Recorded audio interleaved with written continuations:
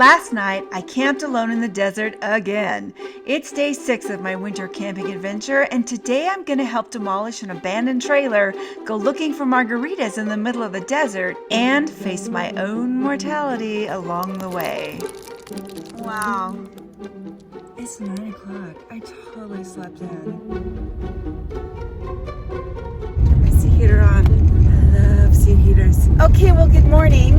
It is like 20 minutes to 10. I'm late. I slept in. Oh my God, that electric blanket, heaven. I try not to use it all night long because it's such a drain on the battery. In the middle of the night, I woke up. It's cold. So fine, I hook it up, I put it on. Took a little while to fall back asleep, but oh my gosh, I slept until 9. Oh, Trevor's car. I am supposed to be helping clean up the town of QUARTZSITE. The RTR was sponsoring a volunteer town cleanup. I'm supposed to be there at 10. I hope I get there in time. Oh wow, here's the road already. Alright. Get all the rigs. Rigs. So many rigs. This is the Roadrunner 14-day area. Tragically, I did not even have time to make coffee, so this Starbucks canned double shot whatever we'll have to do. Okay, oh gosh. Yeah, make my turn. Oh, crap, there goes the whole dashboard. I gotta figure out a new solution for that. There's a lot of people here.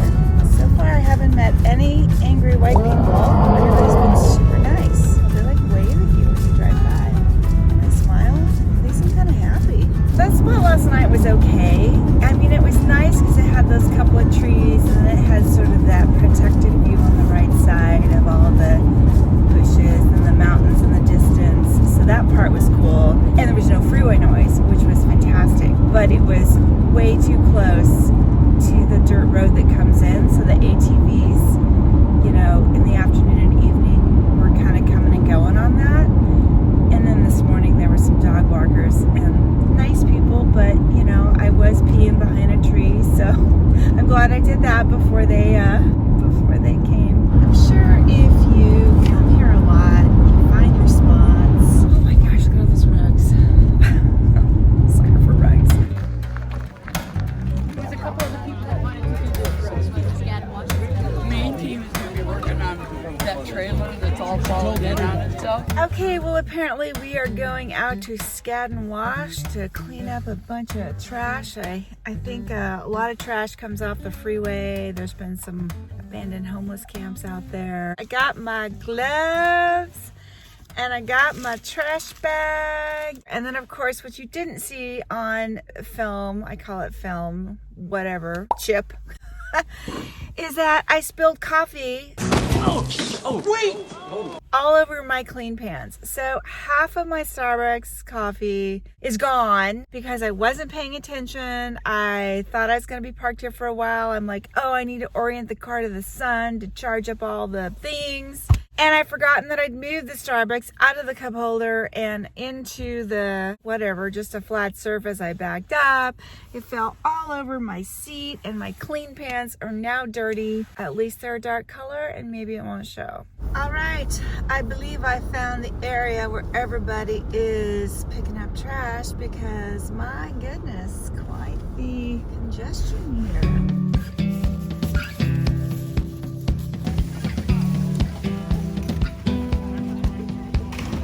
So, Rob, are you taking glass? No poop, just glass.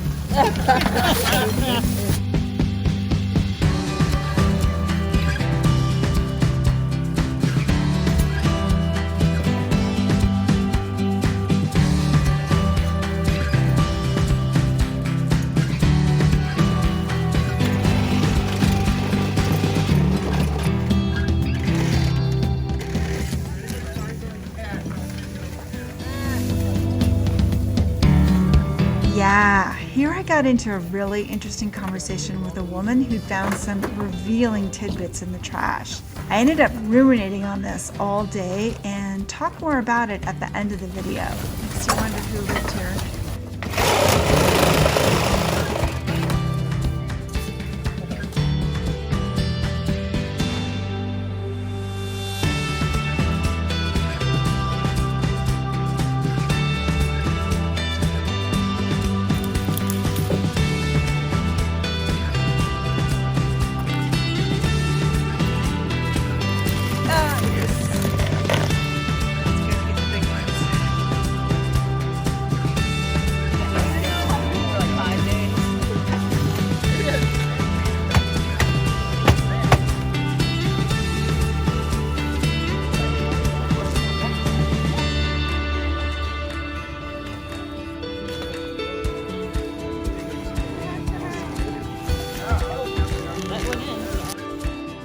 course, while I was out there, I met some YouTubers. What's your channel?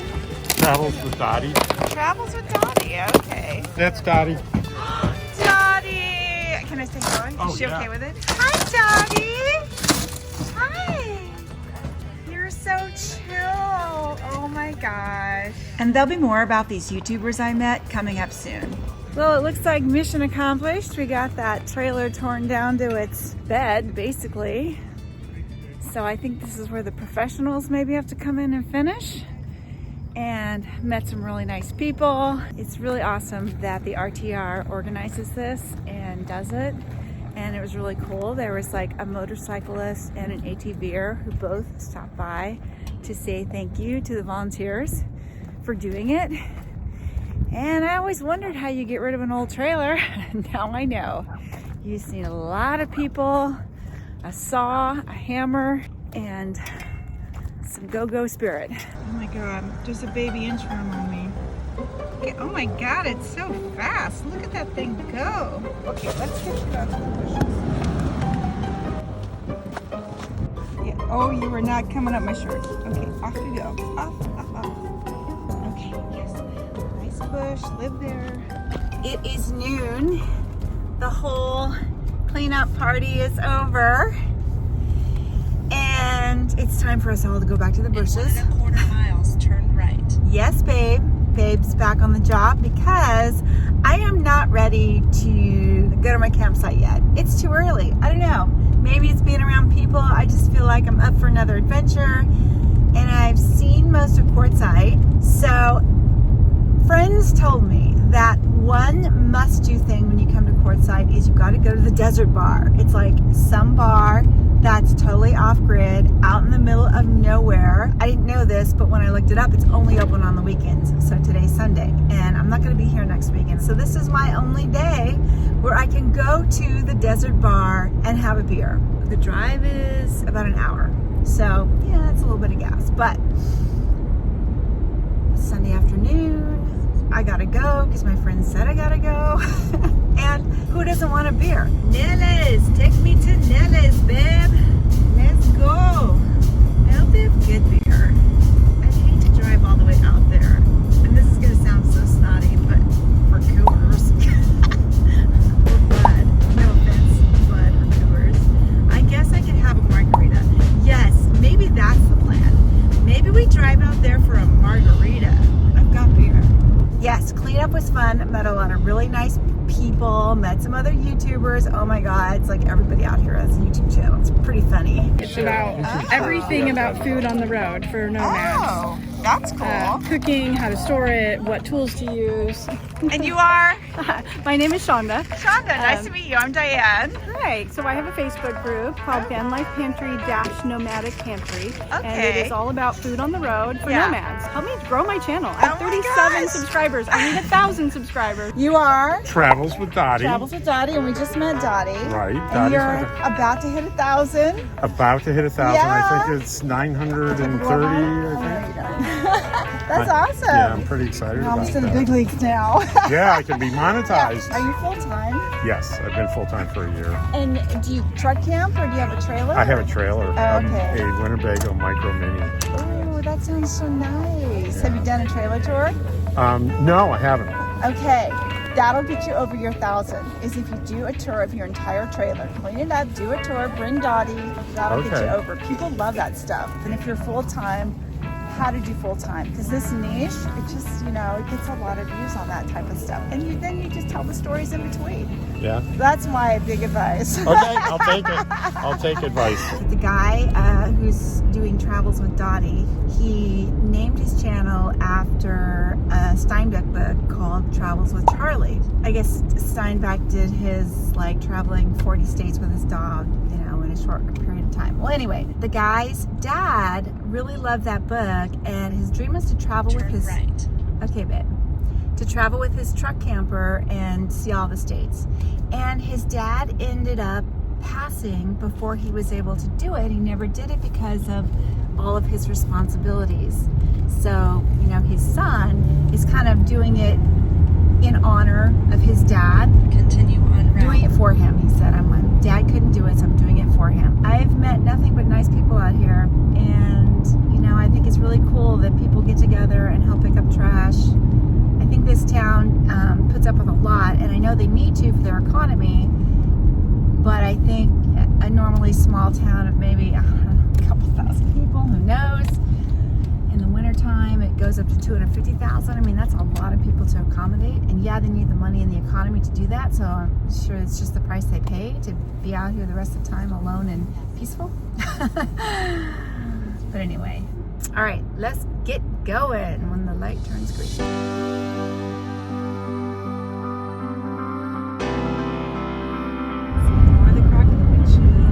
So we've entered the lovely town of Parker, Arizona. Okay, baby. Continue on route. All right, babe. Turn right onto Cienega Springs Road. I had to fire babe on this one and go with Google because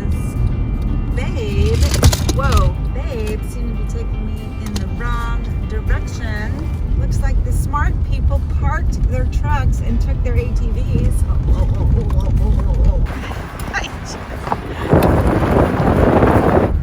This is going to be slow going. There we go. We've got a sign. Yeah. For posterity. Ooh, look at that hill. That's cool. Okay, so 4.2 miles of this. Did I say that? Following this Jeep here. It's got the right vehicle. Little piggy, are you excited for a margarita in the middle of nowhere? Not really. Am I talking to a stuffed animal beanie baby? Yes. Am I crazy lady? Maybe. No comment. They're still crawling along. Sorry about all the jiggling. Well, sorry for the cracks, sorry for the dirt and dust. Sorry for not being perfect. So sorry. What do you expect for free? Come on, people. Good representative stretch of road. Oh my God. Oh no, that's church. Well, I hope that church is the bar. That would be perfect. Thank you for letting me go, dude. Oh wow, look at that. Can you see that? That's really cool. No drinking in the parking lot. Got it. So bumpy, I can't even operate the phone. It looks pretty crowded out here. So I entered through the altar and taking a cue from these guys, I stopped to take a selfie for maybe a thumbnail. But then I remembered people don't click on happy thumbnails. They only click on sad, miserable ones. So yeah, you probably won't see this one. We've got the Church of the Beer. Nellie E Saloon, aka the Desert Bar, is Arizona's most remote watering hole. Located roughly 10 miles east of Parker with no cell service, this solar and propane-powered bar serves mixed drinks, canned beer, chicken barbecue sandwiches, hot dogs, and burgers. Bring your cash though, because they don't take credit. And job one when I got there was to find a bathroom. Okay, the bathroom is not very private, but it's very cool and nice and clean in here. Doesn't smell bad at all. And there's plenty of toilet paper. Job two was to find a margarita. Oh, you're hiring Oh yeah, no, I wasn't. And job three was to chill. Strong. The bar was opened in 1983 by Ken Coughlin, who grew up on a farm in Wisconsin. After serving in the Navy as a young man, Ken worked in Southern California for several years, but decided he didn't like city life. After hearing about a lively scene of young people hanging out by the river in Parker, he came to town, leased a snack bar down by the water, got a liquor license, and then wanted to do something on his own when that lease ended. He found this unique piece of property by searching county records, contacted the owners to see if they would sell, which they did, and that was the beginning of this 40-year evolving labor of love, the Desert Bar. There's a lot of hidden parking around here. Nooks and crannies. So don't think it's all up top. Why would anyone ever take on such a crazy project? The real reason is that Ken likes to build.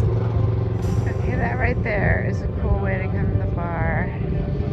Every year, the bar closes during the hot summer months and Ken builds something new to make the place even better. It's a labor of love, always evolving. Okay, we are now leaving the Church of the Saloon and we are headed back to QUARTZSITE.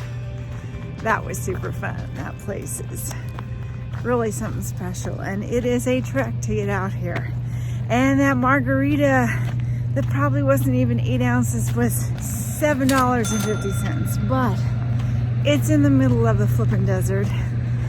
It's a fun afternoon out. The band was spectacular, and yeah, it is worth the drive.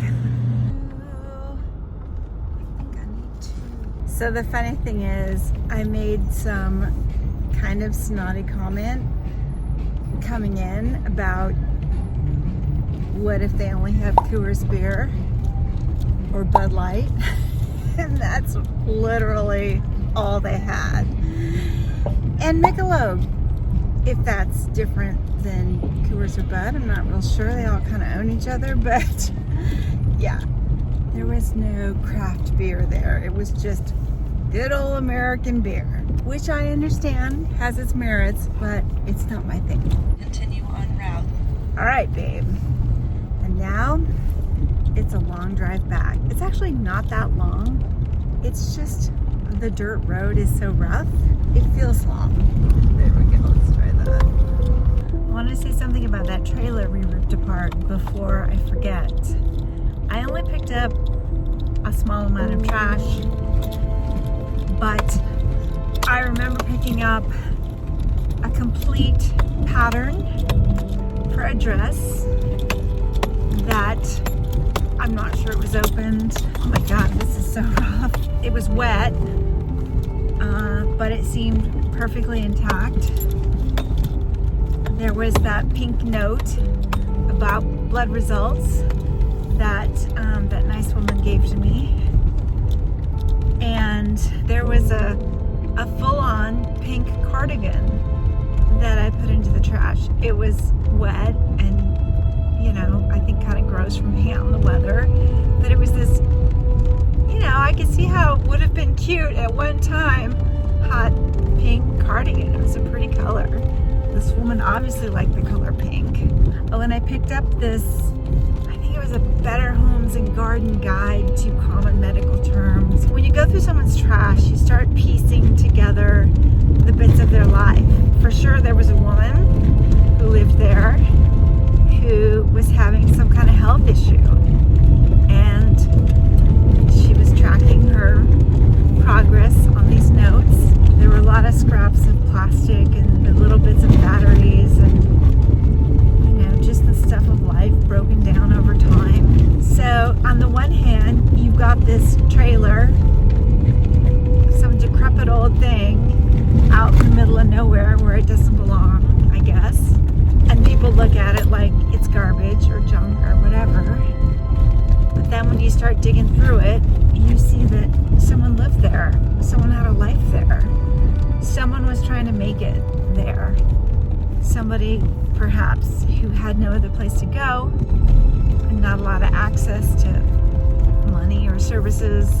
I mean, some. Obviously, she was going to the doctor.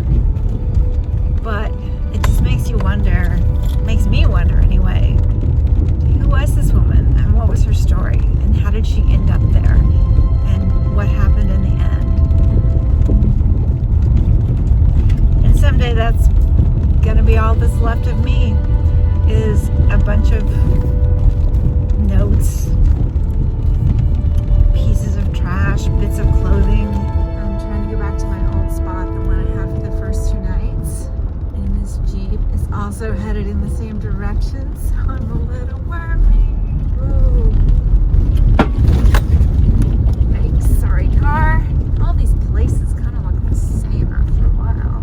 Oh, the truck guy is here. Yay. Oh yeah, a lot of the same people are still here. Ah yes, here we go. Home sweet home near the scamp people. After being in other spots, I just love this spot, how it's away from other people, but not so far away that I couldn't get help.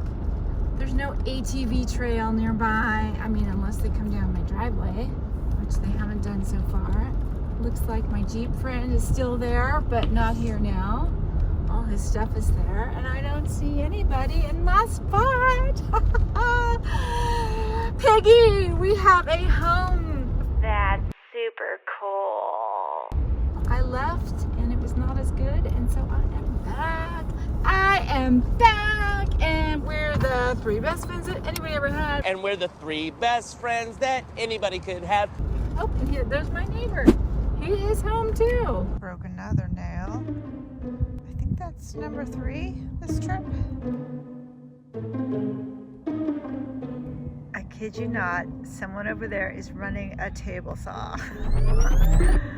I'm so glad I'm over here and not anywhere near them. Like, holy cow. Is somebody getting new cabinets put in or what? And then my neighbor next door, he's gone now, but he's got all this stuff over there. It's like, what is he doing?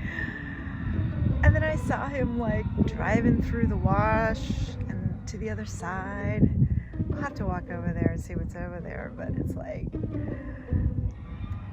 what's going on out here in the desert? Some weird stuff. Next time, we're going to meet a famous RV YouTuber and check out the nomad scene in town. And if you'd like bonus behind-the-scenes content, consider becoming a Schmayan supporter. Click the join button below to get started.